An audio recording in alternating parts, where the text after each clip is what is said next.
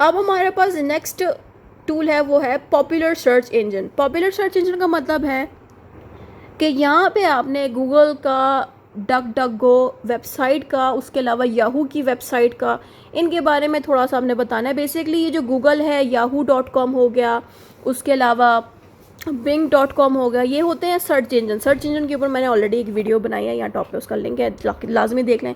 अच्छा, search engines के बारे में अब आपको तफसील से एक एक करके बताना है, वो चीज़ इसमें सिखाई जाएगी, ठीक है। सबसे पहले हेडिंग आएगी पॉपुलर सर्च इंजन की, जिसमें बताना है कि डिफरेंट सर्च इंजन मौजूद है जो काम एक जैसा करते हैं, लेकिन उनके अंदर उनकी अपनी कुछ फीचर्स मौजूद हैं, खासियत मौजूद है। अब वो खासियत क्या है वो अब हम जानेंगे। सबसे पहले हम गूगल के बारे में डिस्कस करते हैं कि गूगल क्या होता है।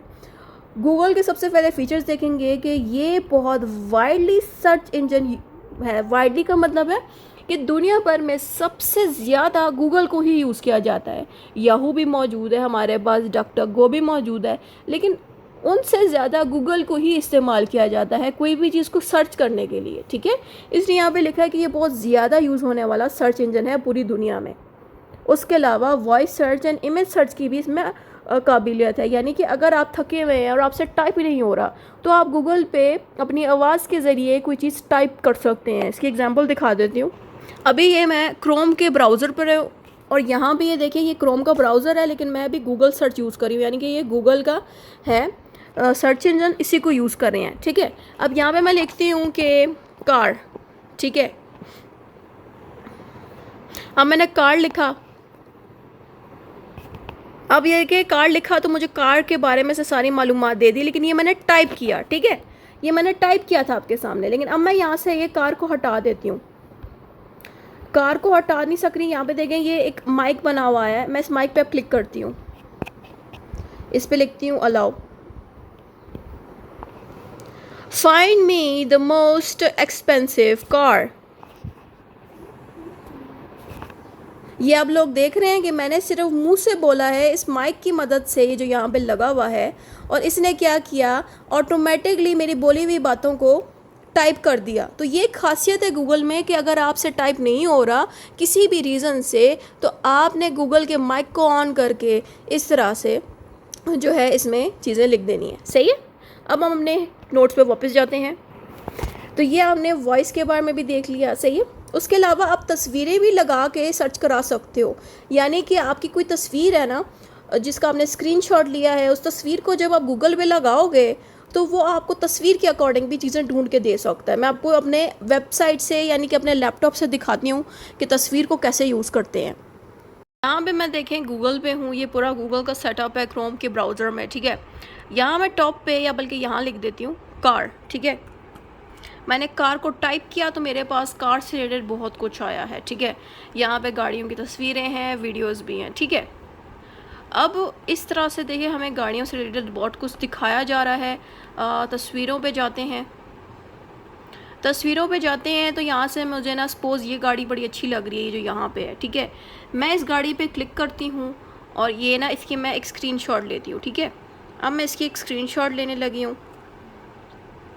अब इसकी एक स्क्रीनशॉट ली जा रही है, ये देखें इस तरह से मैं इसको, जैसे ही मैंने इसकी स्क्रीनशॉट ली, यूँ करने के बाद मैंने इसको ना सेव किया। मैंने इसको फटाफट जो है अपने डिवाइस में सेव कर लिया, ठीक है। ये मैंने सेव कर लिया है इस गाड़ी की तस्वीर को।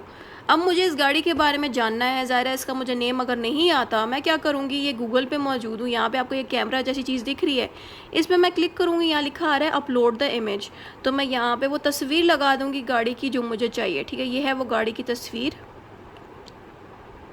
जैसे ही मैं वो तस्वीर लगाऊंगी उसको सर्च करेगा और सर्च करके इससे मिलती जुलती जितनी भी गाड़ियाँ हैं उसकी तस्वीरें ये देखें दिखाना शुरू कर दी हैं कि ये गाड़ी ये है, इसका ये नेम है, ये इतने पैसों की है और ये इसकी स्पीड इतनी है, इसका इंजन इस तरह से है, ठीक है। तो ये काम होता है तस्वीर की मदद से कोई डाटे को सर्च करना। तो लैपटॉप में ये खासियत है कि यहाँ पे आप डायरेक्ट तस्वीर भी सर्च कर सकते हो, अपनी आवाज़ से भी सर्च कर सकते हो, ठीक है। मेरे मोबाइल में तस्वीर वाली फ़ीचर खैर अभी दिख नहीं रही, क्या पता बाद में अपडेट हो जाए। तो इस तरह से आप तस्वीरों की मदद से भी डाटे को सर्च कर सकते हैं। दूसरी चीज़ इसमें है कि knowledge panels and the quick answer. यहाँ पे ये कह रहे हैं कि जल्दी से आपको जवाब दे पाता है जैसे आप कोई चीज़ सर्च करते हो। Integration with the many Google services, integration का मतलब ये है कि गूगल के अंदर ही आपको डिफरेंट सर्विसेज मिलेंगे, जैसे कि गूगल के अंदर ही आपको यूट्यूब की फैसिलिटी भी मिल रही है, गूगल के अंदर ही हर चीज़ की फैसिलिटी मिल रही है, यानी कि इसी गूगल के सिस्टम के अंदर आपको बहुत सी अलग अलग चीज़ें मिलती हैं, ठीक है, उसको सर्विसेज कह रहे हैं। इसकी मैं आपको वीडियो बना के दिखाती हूँ कि किन सर्विसेज की बात की जा रही है। सर्विसेज की बात की जा रही है वो यहाँ पे मैं दिखा देती हूँ, यहाँ टॉप पे, सही है। ये देखें यहाँ पे नीचे जाऊँगी तो ये देखें ये मेरा गूगल ड्राइव है, ये जीमेल है, यूट्यूब है, जिमिनाई है, उसके अलावा मैप भी है, मैप भी मैं देख सकती हूँ, यहाँ से न्यूज़ भी पढ़ सकती हूँ, कैलेंडर भी देख सकती हूँ, गूगल पे सर्च भी कर सकती हूँ, तस्वीरें भी ऑनलाइन सेव करा सकती हूँ अपने मोबाइल से निकाल के। उसके अलावा मैं गूगल पे मीटिंग भी करवा सकती हूँ, मैं ट्रांसलेशन भी करा सकती हूँ, मैं उसके अलावा यहाँ पे देखिए इतने सारे डॉक्यूमेंट्स हैं, सॉरी डॉक्यूमेंट्स कह रही हूँ, ये सारे वेबसाइट्स भी हैं, इनको हम ऐप्स भी कहते हैं, ठीक है। ये सारी सर्विसेज होती हैं, यानी कि गूगल के साथ ही ये सारा का सारे सिस्टम्स अटैच्ड हैं, ठीक है। तो ये एक ख़ासियत हमें मिलती है गूगल में कि गूगल में ये सारी फैसिलिटीज़ मौजूद होती हैं। ये ज़्यादा हमें याहू में और ये सारी चीज़ें नहीं मिलती, ये गूगल ने खुद ही ये सारी सर्विसेज बनाई हैं जो हम यूज़ करते हैं। हम देखें यहाँ से प्ले स्टोर यूज़ करते हैं, प्ले स्टोर भी गूगल ने बनाया है, वैसे ही बहुत सी इधर चीज़ें मौजूद हैं, ठीक है, बहुत कुछ है इसमें। आप लोगों ने अब सर्विसेज भी देख ली कि कैसी होती हैं इसकी। अब हम इसकी फंक्शंस पे बात करते हैं। फंक्शंस इसके क्या हैं कि हम इस पर क्या क्या चीज़ें सर्च करते हैं। हम इस पर वेबसाइटें सर्च कर सकते हैं, कोई तस्वीर सर्च कर सकते हैं, वीडियोस, मैप, किसी लोकेशन के बारे में जानना हो तो गूगल पे ही सर्च करते हैं, किसी न्यूज़ के बारे में भी जानना हो तो हम गूगल पे ही सर्च करते हैं। इसकी मदद से क्या फ़ायदा होता है कि जो भी इंफॉर्मेशन हमें चाहिए किसी भी चीज़ की वो हमें जल्दी मिल जाती है। अब इसके फ़ायदे क्या हैं? मेरिट्स का मतलब है एडवांटेजेस। क्या फ़ायदे हमें मिलते हैं जब हम गूगल को यूज़ करते हैं? सबसे पहला फ़ायदा हमें ये मिलता है कि जो भी इंफॉर्मेशन है या रिज़ल्ट है हमें फ़ास्ट और बहुत जल्दी मिल जाता है, और अक्सर जो चीज़ हमें मिलती है गूगल पे वो सही होती है, एक्यूरेट होती है।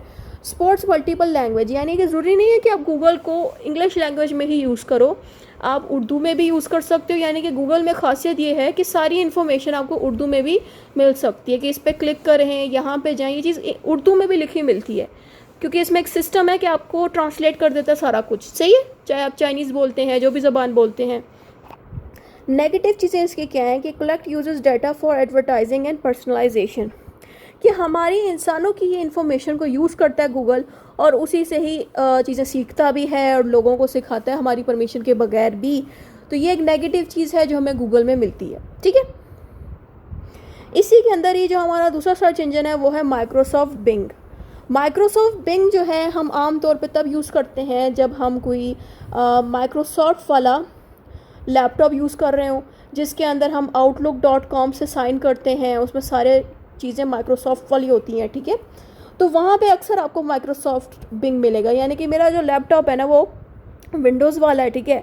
तो उसमें अक्सर माइक्रोसॉफ्ट बिंग और माइक्रोसॉफ्ट एज, माइक्रोसॉफ्ट की ही सारे सर्च इंजन पहले से ही मौजूद होते हैं, डाउनलोडेड होते हैं। क्रोम पहले से डाउनलोडेड नहीं होता, जिसमें गूगल बड़ा अच्छा चलता है, तो क्रोम मुझे अलग से डाउनलोड करना पड़ता है। जिससे मैं आपको ये बात इसलिए बता रही हूँ क्योंकि ये जो चीज़ें हैं ये पहले से डली होती है हमारे लैपटॉप्स में, जो माइक्रोसॉफ्ट वाले लैपटॉप्स होते हैं। इनकी फ़ीचर्स ये हैं कि ये डेवलप ही माइक्रोसॉफ्ट वाले करते हैं, यानी कि माइक्रोसॉफ्ट के जो लैपटॉप है उन्हीं की ही लैपटॉप्स में आपको ये अलग से बग़ैर डाउनलोड किए भी अपने लैपटॉप्स में ये मिल जाएगा, ठीक है। ये भी बड़ा अच्छा सर्च इंजन है, इसमें भी वीडियोस वगैरह के थ्रू भी आप सर्च कर सकते हो, यानी कि वीडियो के ऑप्शंस एंड इमेजेस की सारी चीज़ें इसमें मिलती हैं, ठीक है। उसके अलावा reward programme for the users, और जो भी पर्सन इनके सिस्टम को यूज़ करेगा यानी कि सर्च इंजन को यूज़ करेगा उनको ये रिवॉर्ड देते हैं।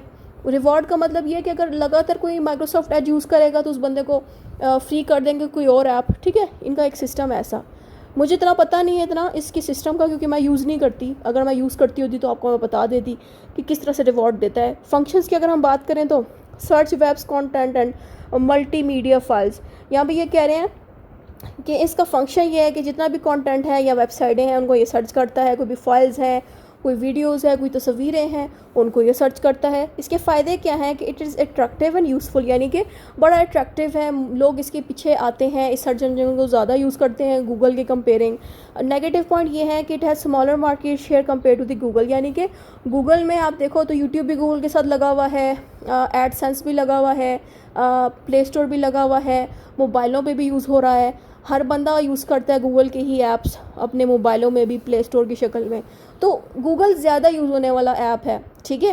यानी कि सर्च इंजन तो वो है ही, लेकिन उसकी चीज़ें बहुत ज़्यादा मिलती हैं। माइक्रोसॉफ्ट की चीज़ें हमें बड़े कम देखने को मिलती हैं, यानी कि माइक्रोसॉफ्ट के जितने भी ऐप्स हैं आपको किसी के मोबाइल में डला नहीं मिलेगा, इसलिए माइक्रोसॉफ्ट बड़ा कम यूज़ होने वाला है। बेशक कहा ज़रूर जाता है कि माइक्रोसॉफ्ट यूज़ किया जाता है, बट बहुत कम। अब हमने अगले सर्च इंजन पे आते हैं, वो है याहू सर्च, ठीक है। याहू जो है इसकी खासियत ये है कि इसमें भी news, emails and different services provide होती हैं, ये भी काफ़ी अच्छा है। यानी कि इसकी जो शक्ल है ना याहू की, वो भी बड़ी अच्छी है अंदर से, या जैसे कि गूगल जैसा दिखता है वैसा ही ये दिखता है। फंक्शन इसके ये हैं कि ये भी सर्च करता है और न्यूज़ वगैरह हमें दिखाता है, वीडियोज़ एंड तस्वीरें दिखाता है, बिल्कुल गूगल की तरह। इसके फ़ायदे क्या हैं? इसके फ़ायदे ये हैं कि इसकी जो न्यूज़ है वो ज़्यादा इंटरेस्टिंग होगी, इंटरटेनमेंट होगी उस न्यूज़ में, या उस जो वीडियोज़ हैं, तस्वीरें हैं, वो ज़्यादा आपको इंटरेस्टिंग दिखेंगी इसके अंदर। लेकिन नेगेटिव चीज़ क्या है कि it is less advanced compare to other major search engine. यहाँ पे कह रहे हैं कि याहू जो है वो थोड़ा पुराना है, इसको अपडेट किया भी जाएगा तो वो गूगल जैसा नहीं होगा। गूगल काफ़ी ज़्यादा आगे चला गया इन सब में, क्योंकि गूगल को अगर आप देखो तो उसमें इतना कुछ है कि आपको हर चीज़ मिल जाएगी गूगल में, और गूगल के तमाम ऐप्स आपको मिल जाएंगे, जैसे कि यूट्यूब भी गूगल के साथ लगा हुआ है, जो आपका प्ले स्टोर है जो आप मोबाइलों में यूज़ करते हो कोई भी ऐप डाउनलोड करने के लिए, वो भी गूगल के साथ लगा हुआ है। तो एक ये है ना कि याहू उतना ज़्यादा एडवांस नहीं है जितना गूगल है। फिर हमारी दूसरी वेबसाइट आ जाती है, उसका नाम है डक डक गो। डक डक गो को ज़्यादा लोग इसलिए प्रेफर करते हैं कि डक डक गो में जो भी चीज़ आप सर्च करते हो आपकी इन्फॉर्मेशन प्राइवेट रहती है कि आपने क्या चीज़ सर्च की। डज नॉट ट्रैक और स्टोर यूजर्स रिसर्च, यानी कि आपके डाटे को ये स्टोर ही नहीं करता। जैसे गूगल में होता है ना कि आप कोई चीज़ सर्च करोगे आपकी सारी इन्फॉर्मेशन गूगल सेव कर लेता है, बाद में गूगल आपकी इन्फॉर्मेशन के साथ जो मर्जी करे, वो तो फिर गलत होता है। लेकिन डक डक गो में ये नहीं होता। डक डक गो की वेबसाइट पर जाके जब आप कुछ चीज़ सर्च करते हो, डक डक गो के सर्च इंजन से कुछ सर्च करते हो, तो आपकी इन्फॉर्मेशन ये सेव ही नहीं करता अपने पास, ताकि आपकी प्राइवेसी रहे। तो इसी वजह से अमेरिकन और यूके वाले ज़्यादातर डक डक गो को ही यूज़ करते हैं कोई चीज़ सर्च करने के लिए, क्योंकि वहाँ पे उनकी प्राइवेसी होती है, उनकी इन्फॉर्मेशन गूगल की तरह आगे नहीं जाती। फंक्शंस इसके ये हैं कि इसमें जो सर्च आपको दी जाती है ना, कि जो चीज़ आप सर्च करते हो वो बड़ा अच्छे से ये सर्च करके देता है। यानी कि इसका जो सर्च है वो बायस नहीं होता। बायस मीन्स कि गूगल का ये है ना कि गूगल को जब देखता है फ़लाँ वेबसाइट बड़ी अच्छी है, ये मेरे फ़ायदे की है, इस वेबसाइट ने मुझे पैसे दिए हुए हैं कि मैं इसको प्रमोट करूं, तो गूगल आपको वो वेबसाइटें ज़्यादा रेकमेंड करेगी कंपेयर टू उन वेबसाइट्स के जिन्होंने गूगल को पे नहीं किया हुआ, ऐड दिखाने के लिए पे नहीं किया हुआ। लेकिन यहाँ पे ऐसा नहीं होता। यहाँ पे कोई भी वेबसाइट जो आपके काम की हो, बेशक उन्होंने पैसे दिए हैं कि नहीं दिए, वही वेबसाइट ये डक डक गो की वेबसाइट आपको सजेस्ट कराएगी, ठीक है। इसके नेगेटिव पॉइंट ये पॉजिटिव और नेगेटिव पॉइंट्स देखते हैं। सबसे पहले पॉजिटिव पॉइंट यानी कि मेरिट्स देखते हैं। मेरिट्स में लिखा है कि इसमें प्राइवेसी आपकी बची रहती है, कि आपकी इन्फॉर्मेशन और आपकी सर्च किसी को पता नहीं लगती आपने क्या सर्चेस की थी।